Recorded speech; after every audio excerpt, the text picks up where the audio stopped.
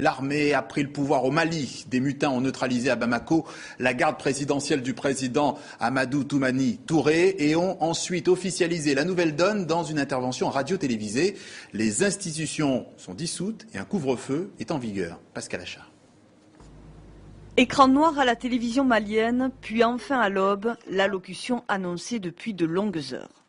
Le CNRDR, se réclamant des forces armées de défense et de sécurité du Mali dans l'ensemble de leurs composantes, a décidé de prendre ses responsabilités en mettant fin au régime incompétent et désavoué de M.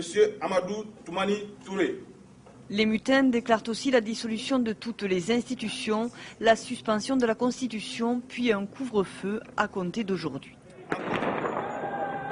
À Bamako, la capitale, la nuit a été agitée, échange de tirs à l'arme lourde entre membres de la junte et camps adverses.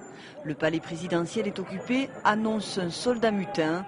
Le président, lui, ne serait plus dans ce palais. Aucune information pour l'heure quant à sa localisation. Seule certitude, les revendications de la junte militaire, en finir avec le manque de moyens pour combattre les ennemis qui sévissent au nord du pays.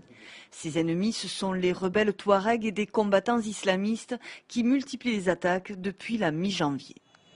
La grogne contre l'impuissance du gouvernement malien couvait depuis de nombreuses semaines. Aujourd'hui, les mutins appellent la population au calme et tentent de rassurer en promettant la restauration du pouvoir civil et la mise en place d'un gouvernement d'union nationale. Et ajoutons cette dernière minute, le président Touré va bien et est en lieu sûr, c'est ce qu'indique une source militaire loyaliste.